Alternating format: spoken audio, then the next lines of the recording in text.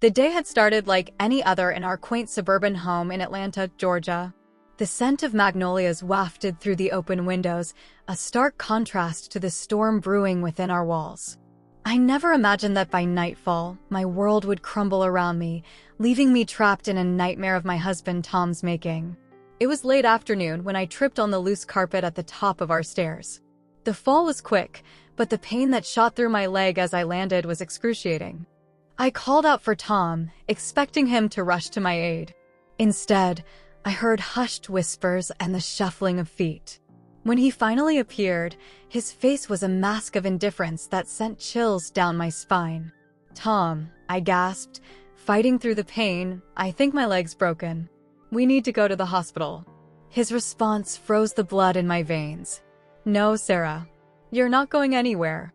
Confusion and fear battled within me as Tom's mother, Helen, appeared behind him. Her usually perfectly coiffed hair was disheveled, and her eyes gleamed with a malice I'd never seen before.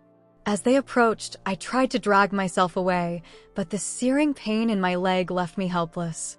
Tom grabbed my arms, his grip bruising, while Helen took hold of my legs. I screamed as they lifted me, the movement sending waves of agony through my body. They carried me down the hallway to our guest bedroom, deaf to my pleas and cries. "What are you doing?" I sobbed as they roughly deposited me on the bed. "Why are you doing this?" Helen's lips curled into a sneer. "Why?" "Because you've become a liability, dear. We can't have you running around, potentially ruining everything we've worked for." Tom stood silently by the door, his face an emotionless mask. I couldn't reconcile this man with the loving husband I thought I knew. "Tom, please," I begged, "don't do this. Whatever's wrong, we can fix it together." He finally spoke, his voice cold and detached. "There's nothing to fix, Sarah. This is how it has to be." As they turned to leave, Helen paused at the doorway. Her next words would haunt me for days to come. "Oh, and Sarah? We'll need $700,000. Consider it incentive for your good behavior." I gaped at her, disbelief warring with the pain coursing through my body. "What? Where am I supposed to get that kind of money?" Helen's laughter was cruel and mocking. "That's for you to figure out, isn't it? I want to see you get out of there, haha. I hope you die alone in pain, you ungrateful." The door slammed shut, the sound of a lock clicking into place sealing my fate. I lay there, stunned, my mind struggling to process what had just happened. The room, once a welcoming space for guests, now felt like a tomb. The pale yellow walls seemed to close in on me, and the floral curtains that I had chosen with such care now mocked me with their cheerful pattern.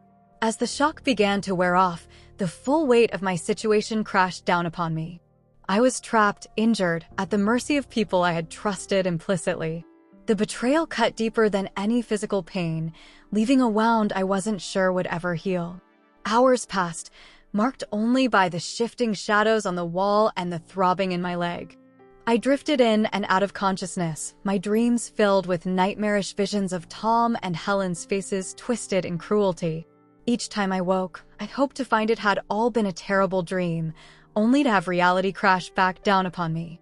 The night deepened, and with it came a bone-deep chill that had nothing to do with the temperature. I lay in the darkness, my mind racing. How long had they been planning this? What had I done to deserve such treatment? The questions swirled endlessly, each one more painful than the last. I thought back over our life together, searching for signs I might have missed. Tom and I had met in college, bonding over late-night study sessions and shared dreams of the future. He had been so kind, so supportive. Our wedding day had been filled with joy and promise. When had it all gone so wrong? As dawn broke, casting a pale light through the curtains, I made a silent vow. I would survive this. I would find a way out, and I would make them pay for what they had done. The Sarah they knew, trusting, naive, willing to see the best in everyone, died the moment that door locked. In her place, a new Sarah was born, one forged in betrayal and pain. The day crawled by, each moment an eternity of pain and fear. My leg, swollen and discolored, screamed for medical attention. The thirst was becoming unbearable, my lips cracked and dry. Yet no one came. No food, no water, no explanation. just silence and the occasional muffled sound of movement from beyond the door. I tried calling out, my voice hoarse and weak. Tom, Helen, please, I need water. I need a doctor. But my pleas went unanswered, lost in the vastness of a house that had once been my home. As the sun began to set once more, I heard footsteps approaching. The lock turned, and Tom entered, carrying a tray with a glass of water and a plate of food. His eyes refused to meet mine as he set the tray on the bedside table. Tom, I whispered, my voice cracking, why are you doing this? What happened to us? He paused, his hand on the doorknob. For a moment, I thought I saw a flicker of the man I had married, a hint of regret in the set of his shoulders. But when he turned, his face was as impassive as ever. Eat. Drink. You'll need your strength. And with that, he was gone, the lock clicking back into place. I stared at the closed door, tears streaming down my face. The food remained untouched as I battled with the conflicting emotions warring within me. Part of me wanted to refuse the sustenance out of spite, to deny them even this small victory. But the rational part of my mind knew I needed to keep up my strength if I had any hope of escaping. Slowly, painfully, I dragged myself to the edge of the bed. Every movement sent shockwaves of agony through my leg, but I gritted my teeth and pushed through. I managed to gulp down the water, the cool liquid a balm to my parched throat. The food I ate mechanically, tasting nothing, focused only on the nourishment it would provide. As night fell once more, I lay in the darkness, my mind clearer than it had been since this ordeal began. The betrayal still stung, a constant ache in my chest, but it was slowly being overshadowed by a growing anger. How dare they do this to me? How dare they throw away years of love and trust? I thought of Helen's ultimatum, $700,000. Where did they expect me to get that kind of money? And even if I could, what guarantee did I have that they would let me go? No, I couldn't rely on their mercy. I had to find my own way out. As I drifted off into an uneasy sleep, my last conscious thought was a promise to myself. I would survive this. I would escape. And when I did, Tom and Helen would rue the day they ever thought to cross me. In the days that followed, a routine of sorts developed. Tom would bring food and water twice a day, never speaking, never meeting my eyes. I measured time by these visits, each one a reminder of my captivity and a chance to gather what little information I could.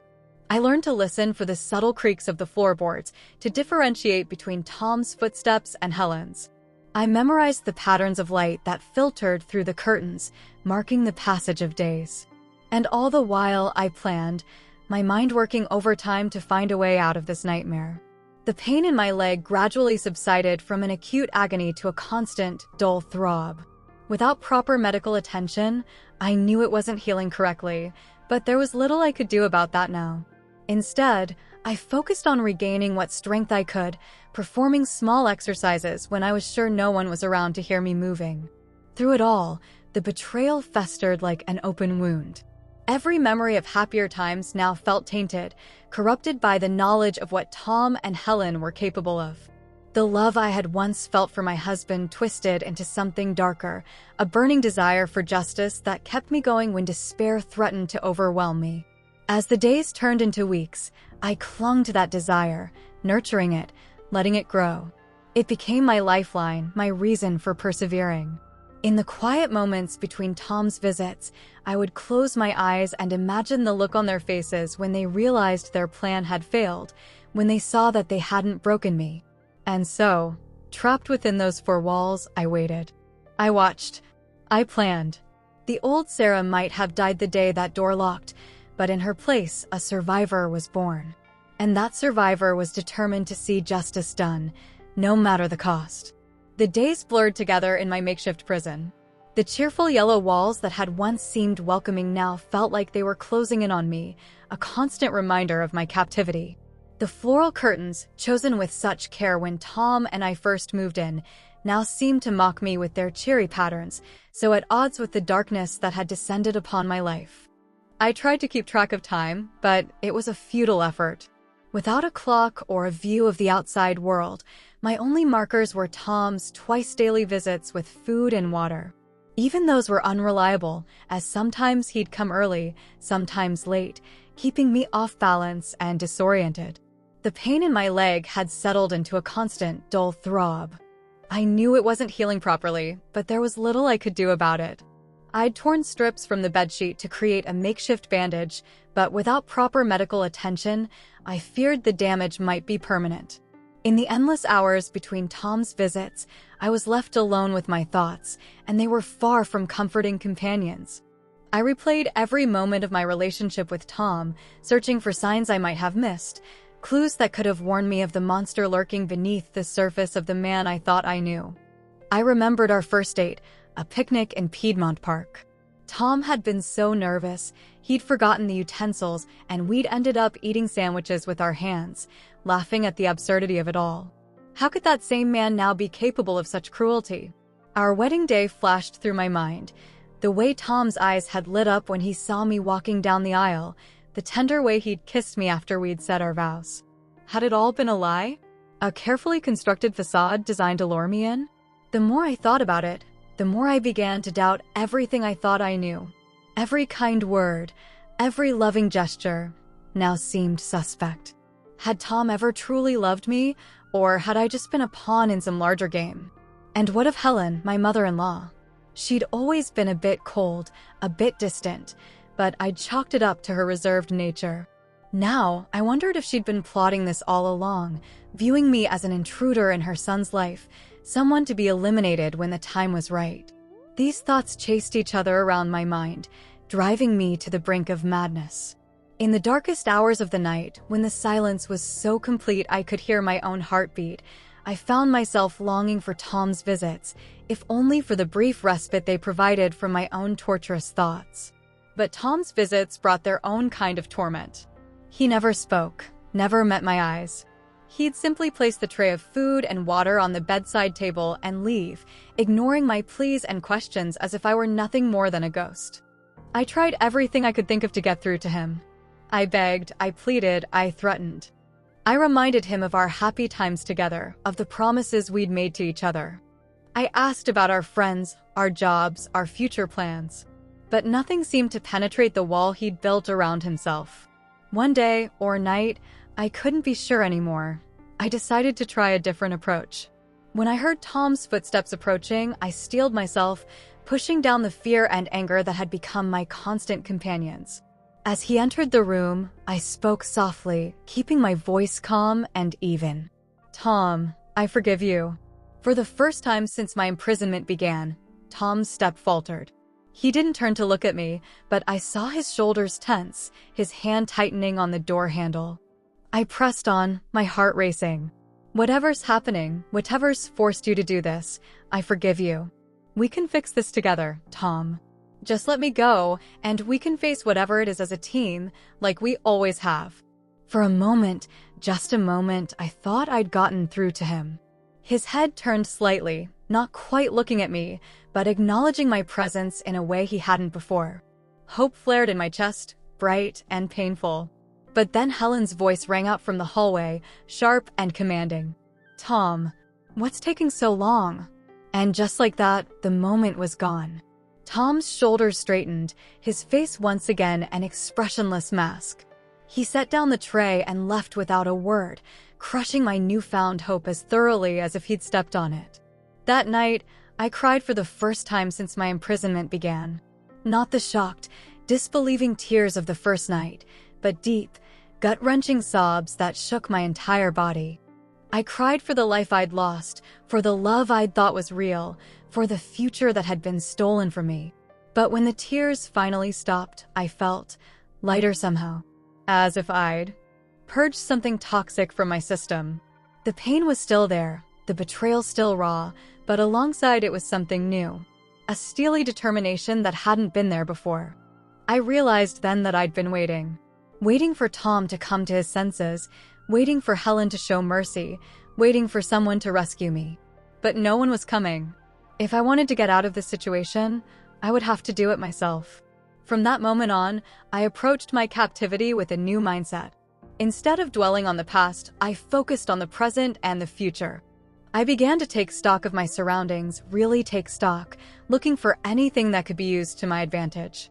I examined every inch of the room, testing the windows, securely locked, probing the walls for weak spots, none that I could find, checking under the floorboards, solid. I even tried to pick the lock with a hairpin I found in the dresser drawer, but my amateur attempts were futile. I started exercising as much as my injured leg would allow, determined to keep my body as strong as possible. I did sit-ups and push-ups, stretches, and isometric exercises. It wasn't much, but it gave me a sense of purpose, a feeling that I was doing something, anything, to improve my situation. I also began to pay closer attention to the sounds of the house. I listened for patterns in Tom and Helen's movements, trying to build a mental map of their daily routines. I noted when they seemed to leave the house, when they had conversations, always too muffled for me to make out the words, when the house fell silent. All the while, I kept up the appearance of a broken woman whenever Tom entered the room. I slumped my shoulders, kept my eyes downcast, spoke in a monotone when I spoke at all. Let them think they'd won. Let them believe they'd crushed my spirit. Their overconfidence would be their downfall. As the days continued to pass, I found my mind sharpening, focusing with an intensity I'd never experienced before. Every detail, no matter how small, was cataloged and analyzed. The way the light changed throughout the day, the subtle shifts in the house's atmosphere, the minute variations in Tom's behavior, all became pieces of a puzzle I was determined to solve. I began to construct elaborate escape scenarios in my mind, weighing the pros and cons of each, mentally rehearsing every step. Most were far-fetched, relying on coincidences and lucky breaks that were unlikely to occur. But the act of planning, of imagining myself free, kept me sane. In quiet moments, I thought about what I would do when I managed to escape. The old Sarah, the trusting, forgiving Sarah, would have gone straight to the police, reported the crime, let the justice system handle things. But I wasn't that Sarah anymore. No, when I got out, there would be a reckoning. Tom and Helen had taken everything from me, my freedom, my trust, my sense of security. They tried to break me, to reduce me to nothing more than a means to an end. They would pay for that. I would make sure of it. I thought of Helen's cruel laughter, her mocking words. I want to see you get out of there, haha. I hope you die alone in pain, you ungrateful. The memory of it burned, fueling a fire of rage deep in my gut. I clung to that anger, nurtured it. On the darkest days, it was all that kept me going. As weeks turned into months, or so I assumed, time had lost all meaning in my windowless prison. I felt myself changing. The fear and despair that had initially overwhelmed me were still there, but they'd been pushed to the background, overshadowed by a cold, calculating determination. I began to see my captivity not as an end, but as a crucible. Every day that passed, every moment of loneliness and pain was forging me into something new. Something harder, sharper, more dangerous. Tom and Helen thought they were breaking me down, but in reality, they were creating their own worst nightmare. In rare moments of self-reflection, I wondered if I should be worried about the person I was becoming. The Sarah of before would have been horrified by the thoughts of vengeance that now occupied my mind. But that Sarah was gone, burned away by betrayal and suffering. In her place was someone new, someone who understood that in a world where those closest to you could turn on you in an instant, mercy was a luxury I could no longer afford. And so I waited, and I planned, and I grew stronger. Every day that Tom and Helen thought they were winning was another day I moved closer to my goal. They had no idea what was coming. But they would. Oh, they would. As days bled into weeks, a fierce determination took root within me. Each moment of pain, each cruel word, each indifferent glance from Tom, all of it fueled a burning desire for retribution. I lay on the bed, staring at the ceiling, my mind racing. The old Sarah would have been horrified by the thoughts swirling in my head. But that Sarah was gone, replaced by someone harder, someone who understood that in this world, justice doesn't just happen. You have to make it happen. I started small, focusing on what I could control. I began timing Tom's visits, noting the subtle changes in the light filtering through the curtains. I listened intently to every creak of the floorboards, every muffled conversation. Knowledge, I realized, was power, and I needed all the power I could get. One day, I heard raised voices from downstairs. Tom and Helen were arguing, their words indistinct, but their tones clear. I pressed my ear to the floor, straining to catch any useful information. "Can't keep this up forever," Tom was saying, his voice tight with stress. Helen's reply was sharp. "We have to. Do you want to lose everything?" The conversation moved away, leaving me with more questions than answers. But it was something. A crack in their united front. I filed the information away, another piece in the puzzle I was slowly assembling. As my body healed, I pushed it to its limits. I did push-ups against the wall, sit-ups on the floor, anything to maintain my strength. My leg, though still weak, was improving. I knew I'd need to be in the best shape possible when the time came to act. But physical preparation wasn't enough. I needed to be mentally ready too. I spent hours running through scenarios in my head, planning for every possible situation. What if Tom left the door unlocked? What if I managed to steal his phone? What if I could somehow signal to a neighbor? Each plan was meticulously thought out, every detail considered. I may have been trapped, but my mind was free to roam, to plot, to scheme. It was the one thing they couldn't take from me. In quieter moments, I allowed myself to imagine what I'd do once I was free. The possibilities were endless and often dark. I pictured myself standing over Tom and Helen, watching fear dawn in their eyes as they realized the tables had turned. The image brought a grim satisfaction that should have scared me but didn't. I thought about our friends, our neighbors. Did they wonder where I was? Had Tom and Helen concocted some story to explain my absence? I imagined Linda from next door, always so nosy, peering over the fence, wondering why she hadn't seen me in the garden lately. Had she noticed anything strange? Or had she, like so many others, simply accepted whatever lie Tom had told? The betrayal still stung, a constant ache in my chest. But now it was accompanied by a cold, hard anger that kept me focused. Every memory of happier times became fuel for my resolve. The day Tom proposed, down on one knee in our favorite restaurant. Our wedding day, full of promise and joy. The lazy Sundays we'd spent curled up on the couch, planning our future. All of it tainted now, twisted by the reality of what Tom had become. But it wasn't just Tom. Helen's role in this nightmare loomed large in my mind.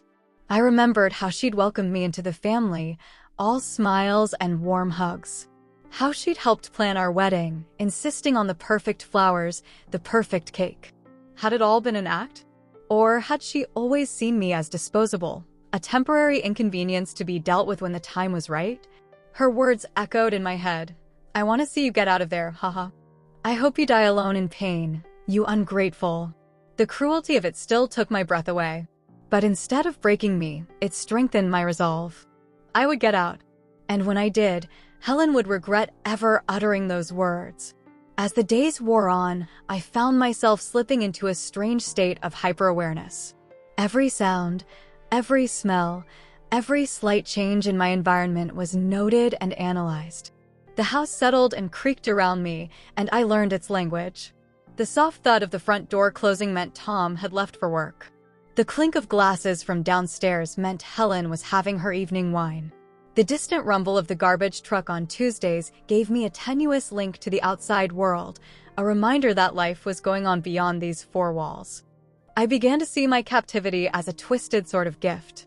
Without distractions, without the noise of everyday life, I could focus all my energy on one goal: revenge. Every slight, every hurt, every moment of fear and pain, I stored them all away, letting them fuel the fire burning inside me. I thought about the $700,000 Helen had demanded. Where had that figure come from? What did they need the money for? I ran through possibilities in my mind. Gambling debts?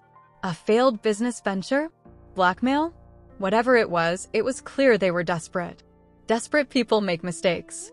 And I would be ready when they did. In my darker moments, I imagined what I would do with that kind of money.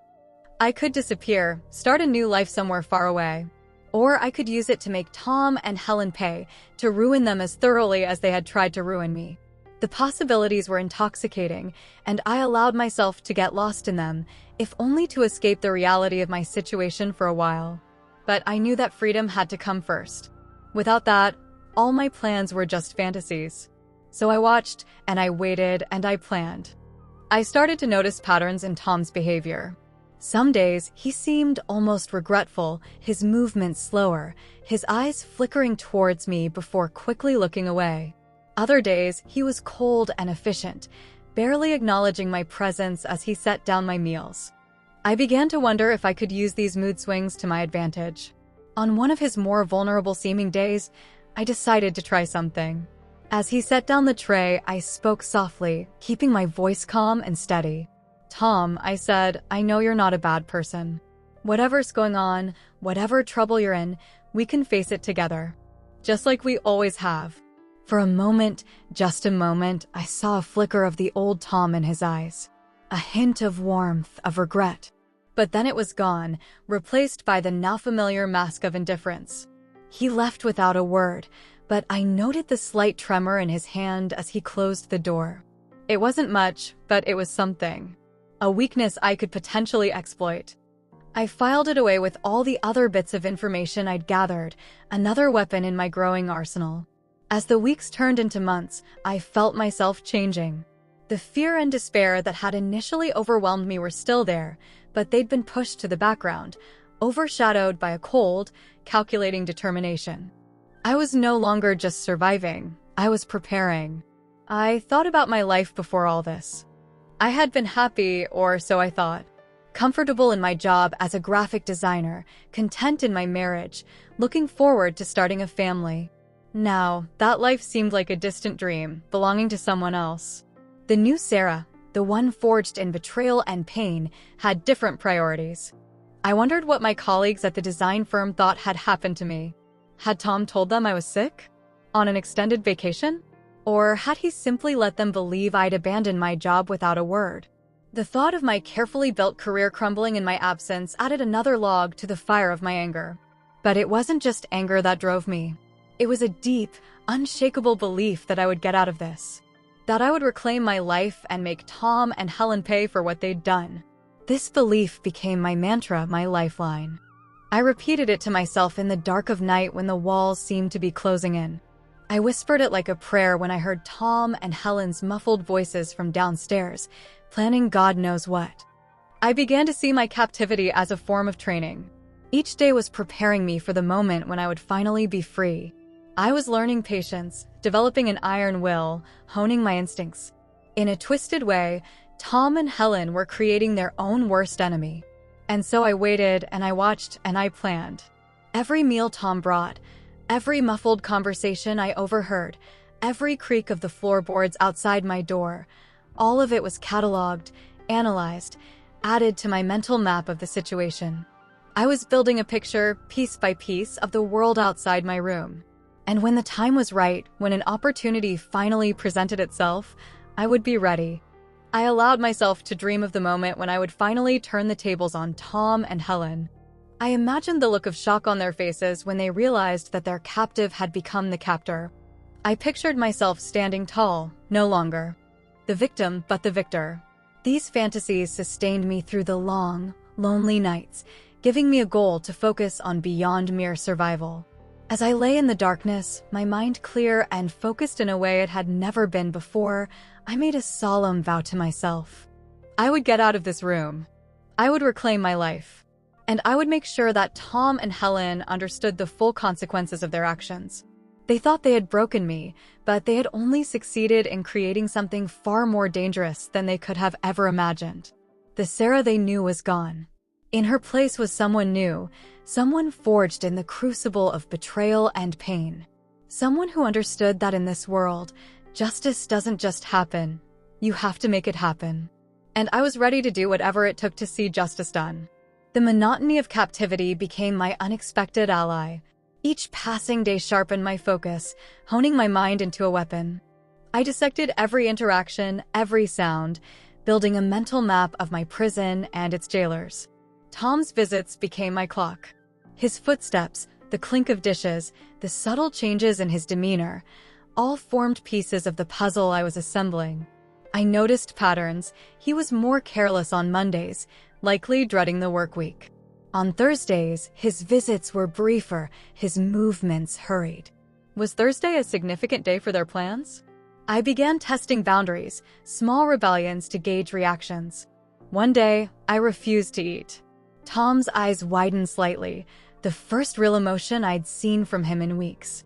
The next day, Helen came instead, her voice sickly sweet as she urged me to eat. I filed away this new information. They needed me alive and well.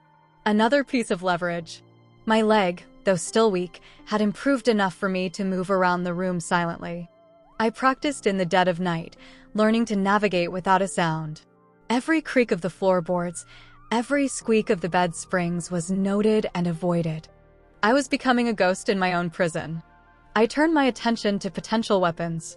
The hairpin I'd once futilely used on the lock became a potential lockpick with enough practice.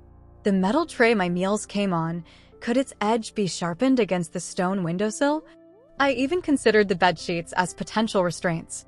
Everything in the room was reassessed, reimagined as a tool for my liberation. But physical preparation wasn't enough.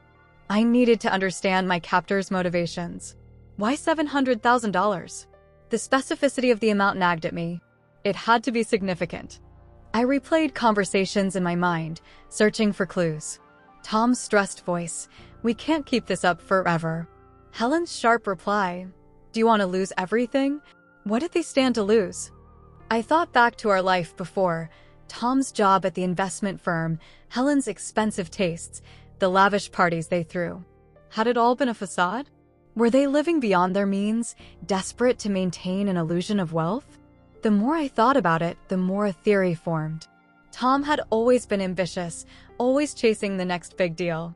Had he made a bad investment? Borrowed money he couldn't repay? And Helen, always pushing him to climb higher, to match the lifestyle she thought they deserved. Had they dug themselves into a hole they couldn't escape? It was all speculation, but it felt right. And if I was correct, it meant they were desperate. Desperate people make mistakes. I just had to be ready when they did. I started planning for every contingency. If Tom left the door unlocked, I'd need to move quickly, but silently. The stairs creaked on the 3rd and 7th step. I'd have to avoid those. The front door had 2 locks. Could I pick them both before being discovered? And if I made it out, where would I go? The neighbors might not believe me, might side with Tom's inevitable lies. The police station was 5 miles away. Could I make it there on foot with my injured leg? Each scenario was meticulously thought out, every detail considered. I ran through them in my mind, again and again, preparing myself for any opportunity that might arise. But as days turned to weeks and weeks to months, doubt began to creep in. What if no opportunity came? What if I was doomed to rot in this room, forgotten by the world outside? The thought was almost unbearable. In my darkest moments, I considered more drastic measures. Could I fake an illness severe enough that they'd have to take me to a hospital? Or injure myself in a way that would force their hand? The ideas were desperate, dangerous, but I held on to them as last resorts. I had to believe that a better opportunity would present itself. And then, one unremarkable Tuesday, it did. I was lying on the bed, running through escape scenarios in my mind, when I heard it. A phone ringing. Not the muffled sound of the landline from downstairs, but the sharp, clear ring of a cell phone. In my room. For a moment, I thought I was hallucinating. But no, the sound was real, coming from Tom's pocket. He had brought his phone into the room with him. Tom's eyes widened in panic. He fumbled for the phone, nearly dropping the tray he was carrying. In his haste to silence the device, he didn't notice the water glass tipping, spilling its contents across the floor. "Shit," he muttered, the first word he'd spoken to me in months. He set the tray down roughly on the bedside table and hurried out, presumably to get something to clean up the spill. In his haste, he didn't fully close the door behind him. Time seemed to slow down. I stared at the gap between the door and the frame, a sliver of the outside world visible. This was it. The opportunity I'd been waiting for. But I forced myself to wait. Count to 60, I told myself. Make sure he's not coming right back. Those 60 seconds were the longest of my life. I counted each one in my head, straining my ears for any sound of approaching footsteps. 58, 59, 60. No sound from the hallway. I swung my legs off the bed, wincing at the twinge in my barely healed leg. Slowly, carefully, I made my way to the door, placing each foot precisely where I knew the floorboards wouldn't creak. At the door, I paused again, listening. The house was silent. Taking a deep breath, I eased the door open just enough to peer out into the hallway. Empty. My heart was pounding so hard I was sure it would give me away. But I couldn't hesitate. This might be my only chance. I slipped out of the room, immediately pressing myself against the wall. The hallway seemed enormous after months confined to a single room. I fought against a wave of vertigo, forcing myself to focus. To my left was the staircase leading down. To my right, the hallway continued, leading to other bedrooms. Which way? I decided on the stairs. If Tom was getting cleaning supplies, he'd likely be in the kitchen downstairs. I needed to go the other way. Keeping close to the wall, I crept towards the stairs. 3rd step creaks, I reminded myself. 7th step creaks. I'd have to stretch to skip them. I took the 1st step, then the 2nd. So far, so good. I gathered myself and carefully stretched my good leg to the 4th step, skipping the 3rd. A jolt of pain shot through my bad leg as I put weight on it, but I bit my lip and pushed through. 5th step. 6th step. Another stretch to the 8th, avoiding the squeaky 7th. I paused at the bottom of the stairs, listening intently. I could hear muffled voices from the kitchen, Tom and Helen, arguing in hushed tones. Good. They were distracted. The front door was only a few feet away. It beckoned to me, promising freedom. But I knew it would be locked. And the sound of the locks turning might alert Tom and Helen. I scanned the entryway, looking for options. A window? Too risky. The sound of breaking glass would definitely be heard. The garage? Maybe if I could find the keys. Then I spotted it. Hanging on a hook by the door, partially hidden by Tom's jacket. My jacket. The one I'd been wearing the day they locked me up. And in its pocket, I knew, would be my cell phone. Hope surged through me. If I could get to that phone, I could call for help. Even if Tom and Helen caught me, once that call was made, it would all be over. I glanced towards the kitchen. The voices were still murmuring, punctuated by the occasional clatter of dishes. They were still distracted. It was now or never. I took a deep breath and made my move. Quick, silent steps across the entryway. My hand closed around the familiar fabric of my jacket.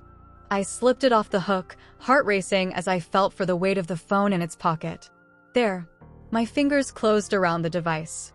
I almost sobbed with relief. But I couldn't celebrate yet. I was still in danger. I needed to make the call and get out. I turned towards the door, ready to make my final escape, when a floorboard creaked behind me. Sarah, Tom's voice, filled with shock and something else. Fear? I whirled around, phone clutched to my chest. Tom stood at the entrance to the kitchen, a cleaning rag in his hand, his face pale with disbelief. For a long moment, we just stared at each other. I saw the moment realization dawned in his eyes, saw him tensing to move towards me. But I was faster.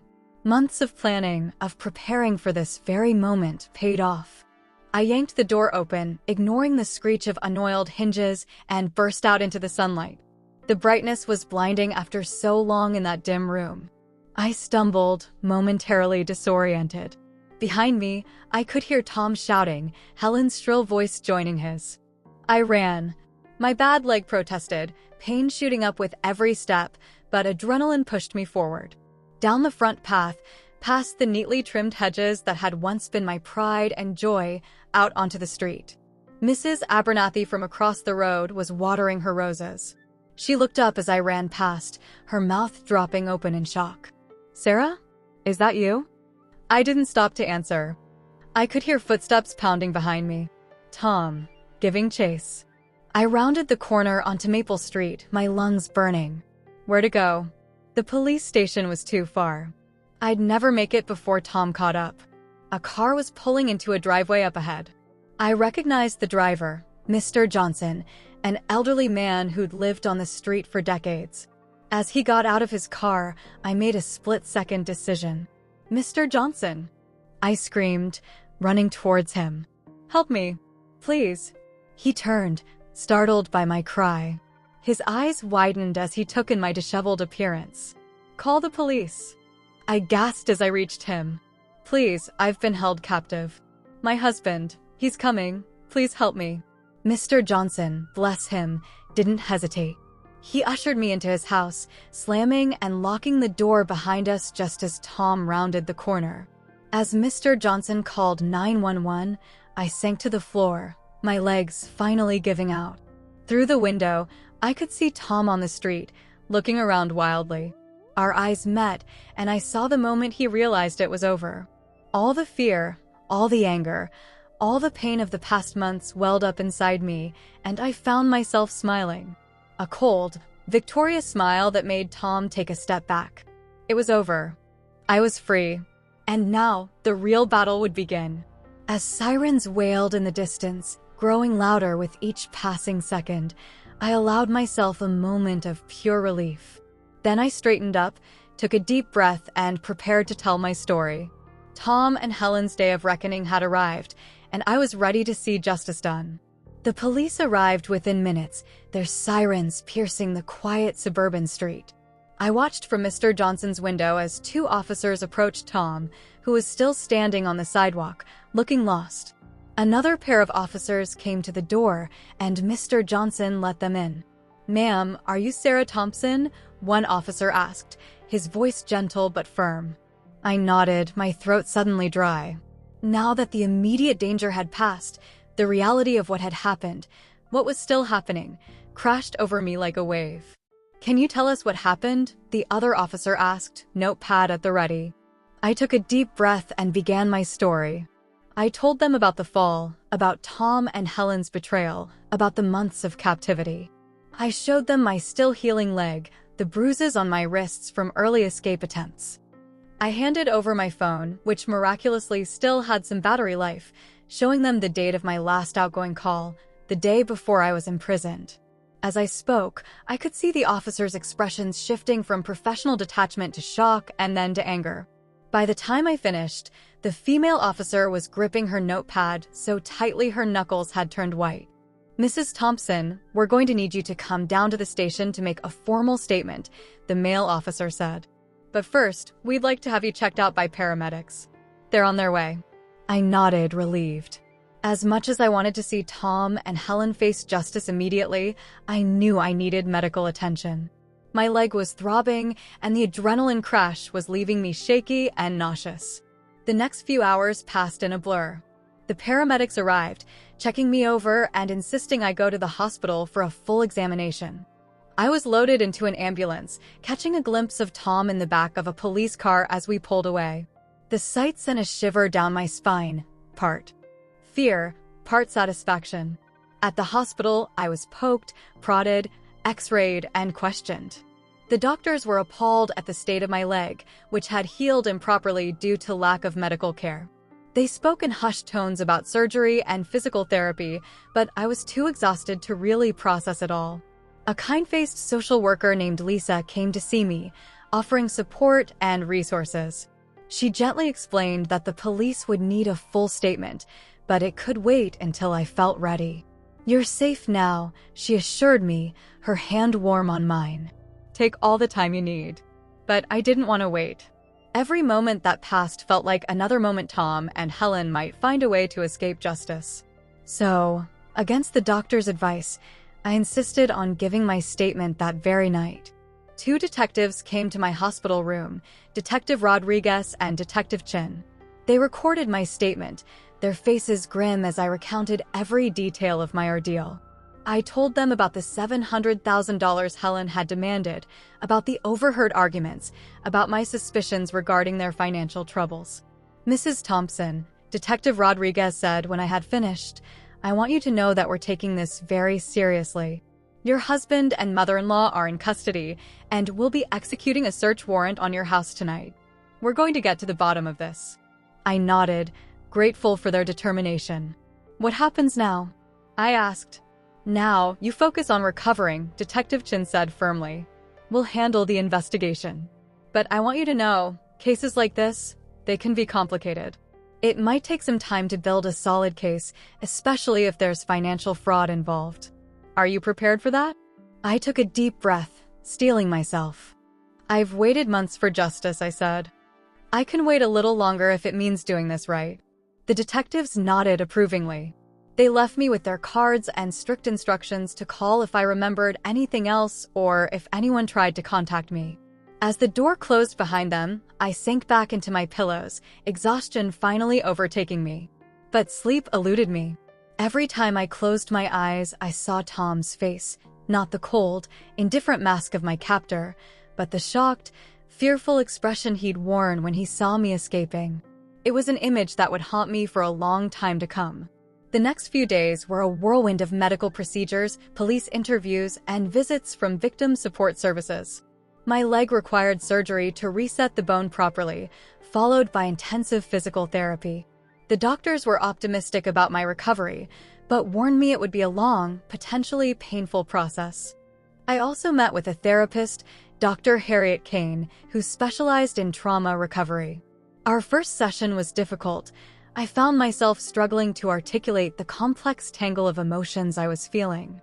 Anger, fear, betrayal, but also a strange sense of emptiness. Who was I now, after everything that had happened? It's normal to feel disconnected from your old self, Dr. Kane assured me. You've been through an incredibly traumatic experience. It's going to take time to process everything and figure out who you are now. As I began to heal physically, I threw myself into cooperating with the investigation. I met with the detectives regularly, going over and over my story, clarifying details, answering their questions. They kept me updated on the case as much as they could.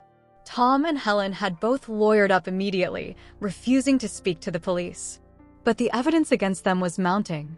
The search of the house had turned up damning evidence, financial records showing massive debts, emails discussing their plan, even a diary of Helen's that detailed her hatred for me and her determination to get rid of the problem. The financial angle was particularly interesting. Detective Rodriguez brought in a forensic accountant who uncovered a complex web of fraud and embezzlement. It turned out Tom had been siphoning money from his clients for years, using it to fund the lavish lifestyle Helen demanded. The $700,000 they wanted from me? That was to cover up a particularly large theft that was on the verge of being discovered. They were desperate, Detective Rodriguez explained. Tom's company was about to audit his accounts. If they'd found out about the embezzlement, he'd have lost everything. They thought if they could get that money from you, they could cover their tracks. It was almost laughable in a twisted way. All of this, my months of captivity, the pain, the fear, all because Tom and Helen couldn't live within their means. Because they valued their lifestyle more than they valued me. As the case against Tom and Helen built, I found myself facing a new challenge, the media. Word had gotten out about my ordeal, and suddenly I was news. Reporters camped outside the hospital, trying to get a statement or a photo. My name was splashed across headlines, my story dissected on true crime podcasts. It was overwhelming. Part of me wanted to hide away, to protect what little privacy I had left. But another part of me, the part that had survived months of captivity by sheer force of will, knew that I couldn't stay silent. My story needed to be told, not for the sake of sensationalism, but to shed light on the reality of domestic abuse, to show others that survival and justice were possible. So, with the support of my legal team and Dr. Kane, I decided to do one interview. I chose a respected journalist known for her sensitivity in handling trauma survivors. The interview was difficult, forcing me to relive moments I would rather forget. But it was also cathartic, allowing me to reclaim my narrative, to tell my story on my own terms. The response to the interview was overwhelming. Messages of support flooded in from around the country. Domestic violence organizations reached out, asking me to speak at events. Other survivors shared their stories with me, thanking me for giving them hope. It was a lot to process. I went from being isolated and voiceless to suddenly having a platform, a responsibility. It was daunting, but also empowering. I began to see a way forward, a purpose emerging from the ashes of my old life. As the weeks turned into months, the case against Tom and Helen continued to build.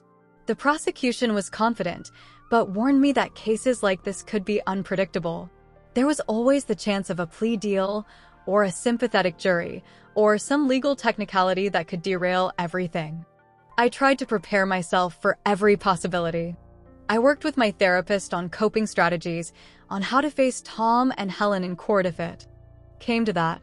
I threw myself into physical therapy, determined to walk into that courtroom on my own 2 feet, head held high. Finally, nearly a year after my escape, we got the news we'd been waiting for. Tom and Helen had been indicted on multiple charges: kidnapping, false imprisonment, abuse, fraud, embezzlement. The trial date was set. As I stood in front of the mirror the morning of the first day of the trial, I hardly recognized myself. The frightened, broken woman who had escaped that house was gone. In her place stood someone stronger, someone who had survived the unthinkable and come out the other side. I smoothed out my suit, took a deep breath, and headed for the courthouse. It was time to face my captors, to look them in the eye and show them that they hadn't broken me. It was time for justice. The courthouse steps were crowded with reporters and onlookers. Flashbulbs popped as I made my way inside, my lawyer at my side, my head held high. In the courtroom, I took my seat, my heart pounding but my resolve firm. And then they brought them in. Tom and Helen, in prison jumpsuits, looking pale and drawn. Helen's carefully maintained appearance had crumbled, her hair limp, her face bare of makeup. Tom looked older, defeated. As they shuffled to their seats, their eyes met mine. In that moment, I felt no fear, no anger, just a sense of quiet triumph. They had tried to break me, to erase me, but I was still here. I had survived. And now, finally, they would face the consequences of their actions. As the judge called the court to order, I straightened my spine and prepared to tell my story one last time. This was it. The moment I had been waiting for. The moment justice would finally be served. The trial lasted 3 weeks. Each day, I sat in the courtroom, listening to testimonies, reliving my ordeal through evidence presentations, and facing the cold stares of Tom and Helen. It was exhausting, both emotionally and physically, but I refused to show any weakness. My own testimony was the hardest part. For hours, I recounted every detail of my captivity, my voice steady even as my hands shook beneath the witness stand. I described the fall, the betrayal, the long months of isolation and fear. I spoke of the overheard conversations, the clues I had pieced together about their financial troubles. Tom's lawyer tried to paint me as unstable, suggesting I had imagined or exaggerated the whole thing. But the evidence was overwhelming. The prosecutor presented photos of my prison room, complete with the makeshift calendar I had scratched into the wall. There were financial records showing Tom's embezzlement, Helen's incriminating diary entries, and damning testimony from neighbors who had noticed my sudden disappearance. The most shocking moment came when one of Tom's colleagues took the stand. He testified that Tom had told him I had left, run off with another man. He had seemed genuinely distraught, the colleague said, playing the part of the abandoned husband perfectly. As I listened to this, I felt a fresh wave of anger wash over me. Even as he kept me prisoner, Tom had been carefully crafting his alibi, ensuring that no one would come looking for me. The depth of his betrayal was staggering. Finally, after what felt like an eternity, the jury reached a verdict. As we all stood to hear it read, I held my breath, my heart pounding. On the charge of kidnapping, we find the defendants guilty. Relief flooded through me, making my knees weak. But it wasn't over. On the charge of false imprisonment, we find the defendants guilty. On the charge of abuse, we find the defendants guilty. On the charges of fraud and embezzlement, we find the defendants guilty. With each guilty, I felt a weight lifting from my shoulders. It was over. They had been found guilty on all counts. I turned to look at Tom and Helen. Helen had collapsed into her chair, her face buried in her hands. But Tom was staring straight at me, his expression a mix of anger and something else. Was it regret? For a moment, our eyes locked, and I saw the man I had once loved, the man I had thought I knew. Then the moment passed, and he was led away in handcuffs. The sentencing came a few weeks later. Tom was given 25 years for kidnapping, with additional time for the financial crimes. Helen, deemed an accomplice, received 15 years. It was over. They would be in prison for a long time, and I was free to rebuild my life. But freedom, I quickly discovered, came with its own challenges. The world had moved on while I was captive, and I felt out of step, struggling to adjust to normal life again. Simple tasks like going to the grocery store or answering my phone became monumental challenges, each one fraught with anxiety and fear. My first night in my new apartment, I couldn't bear to return to the house where I'd been held captive, was particularly difficult. The silence was oppressive, the space too large after months in a single room. I found myself huddled in a corner, hyperventilating, certain that Tom or Helen would appear at any moment. But I was determined not to let them win, not to let the trauma define the rest of my life. I threw myself into therapy with Dr. Kane, working through my fears and anxieties. It was hard, painful work, forcing me to confront the darkest parts of my experience. But slowly, gradually, I began to heal. Physical therapy was another battle. My improperly healed leg required multiple surgeries and months of rehabilitation. There were days when the pain was almost unbearable, when I wanted nothing more than to give up. But I pushed through, driven by the memory of my captivity and the determination to reclaim my body as my own. As I healed, I began to think about my future. My old job as a graphic designer no longer felt right. I couldn't imagine going back to sitting in an office, designing logos and brochures as if nothing had happened. I needed something more, something meaningful. I found my new purpose almost by accident. A local women's shelter reached out, asking if I would be willing to speak to some of their residents. At first, I was hesitant. What could I possibly say to these women that would help? But as I stood in front of them, sharing my story, I saw something change in their eyes. Hope, recognition, a spark of determination.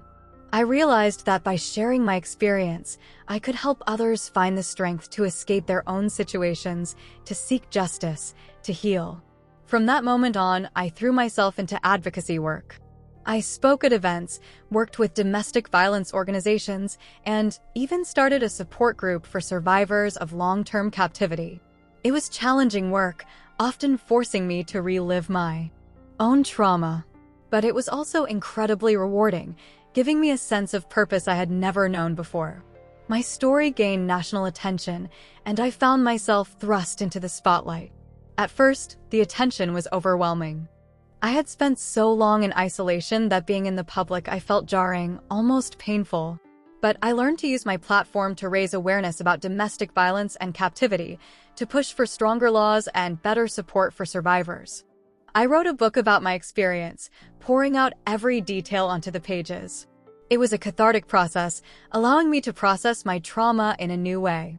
The book became a bestseller, and I found myself traveling the country for speaking engagements and book signings. Through it all, I continued to heal. There were setbacks, of course. Nightmares that left me shaking and covered in sweat. Panic attacks triggered by unexpected noises or confined spaces. Days when the weight of what I had endured felt too heavy to bear. But there were good days too. Days when I felt strong and capable, when I could look in the mirror and recognize myself again. I made new friends, people who knew my story but didn't treat me like I was fragile or broken. I even, tentatively, began to date again, though trust remained a significant hurdle. 5 years after my escape, I stood once again in front of a courtroom. This time, I wasn't there as a victim, but as an advocate. I was testifying in support of a bill that would increase penalties for kidnapping and false imprisonment and provide more resources for survivors. As I spoke, I caught sight of my reflection in one of the courtroom windows. I hardly recognized the woman staring back at me. She was strong, confident, her eyes clear and determined. She was a survivor, a warrior, a voice for those who had been silenced.